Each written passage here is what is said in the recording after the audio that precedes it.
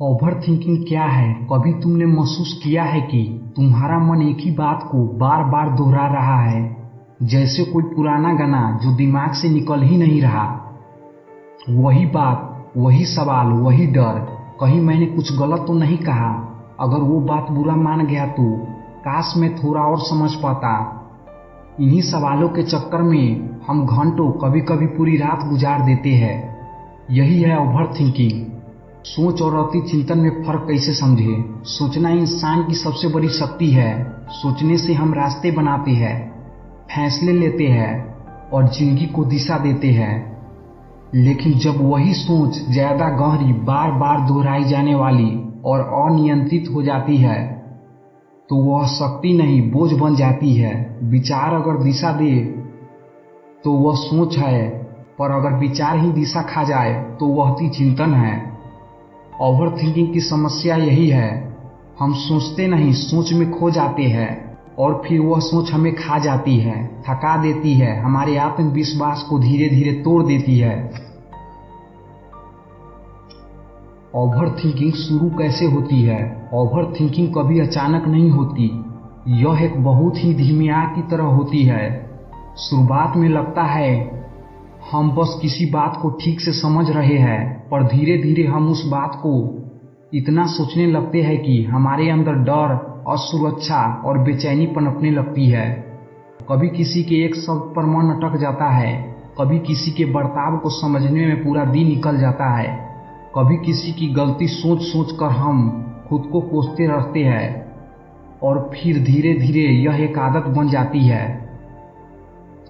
आदत हर छोटी बात को बड़ा बनाने की, हर संभावना को समस्या समझने की, हर चुप्पी के पीछे कोई न कोई मतलब ढूंढने की। आखिर ओवर थिंकिंग क्यों होती है? इसके कई कारण हैं और हर व्यक्ति का कारण थोड़ा अलग होता है।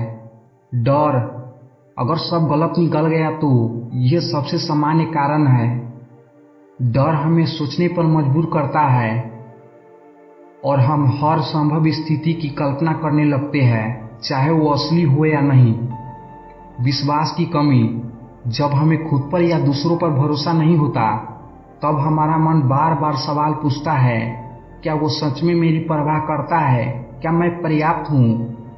खुद को दोषी पाना, कभी कभी बीते हुए समय की कोई बात हमें भीतर से काटती रहती है। हम सोचते हैं काश मैंने ऐसा न किया होता, और वही काश हमारे वर्तमान को खा जाता है।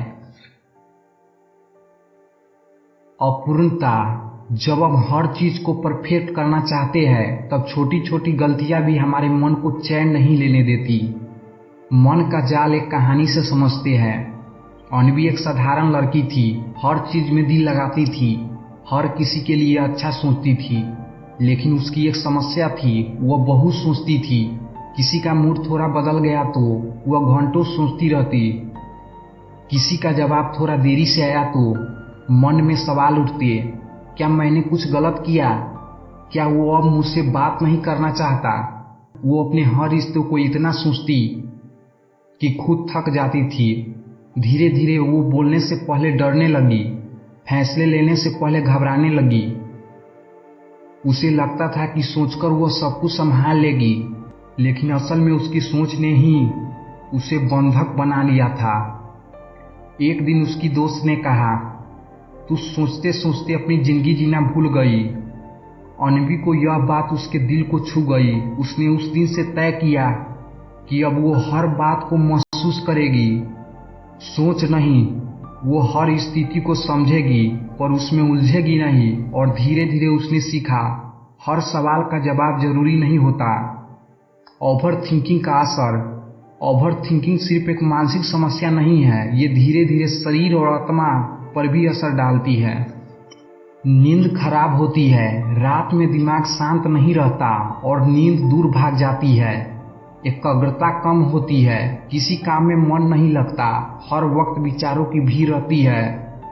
छोटी सी बात भी मन को भारी कर देती है। रिश्ते पर असर, जरूरत से ज्यादा सोचने से रिश्ते कमजोर पड़ने लगते हैं, क्योंकि हम अनुमान पर जीने लगते हैं, संवाद पर नहीं।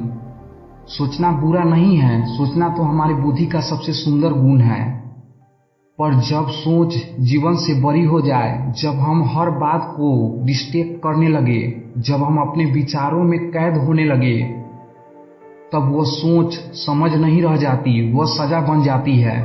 ओवर थिंकिंग से निकलने की शुरुआत रोकने से नहीं होती, बल्कि देखने से होती है। अपने विचारों को बस देखो, उन्हें आने दो, जाने दो। हर विचार को पकड़कर मत रखो, हर बात का अर्थ ढूंढना जरूरी नहीं है। एक छोटा सा अभ्यास करो। आज से जब भी कोई बात दिमाग में बार बार आए, अपने आप से 3 सवाल पूछो। क्या ये बात वास्तव में इतनी बड़ी है? क्या मैं इस पर अभी कुछ कर सकता हूँ? क्या ये सोच मुझे शांति दे रही है या छीन रही है? अगर तीनों सवालों में उत्तर नहीं है तो मुस्कुराओ और कहो, ये विचार मेरे नहीं है, बस एक मेहमान है। अध्याय का सार: ओवर थिंकिंग कोई बीमारी नहीं है, ये हमारी सोच की दिशा खो देने की स्थिति है। हम सोचने की कोशिश में जीना भूल जाते हैं, पर जब हम यह समझ लेते हैं कि हर विचार पर ध्यान देना जरूरी नहीं, हर बात का जवाब खोजना आवश्यक नहीं, तब हम खुद को मुक्त कर लेते हैं। मन को रोकना नहीं, उसे समझाना है। यही समझ ओवर थिंकिंग से बाहर निकलने की पहली सीढ़ी है।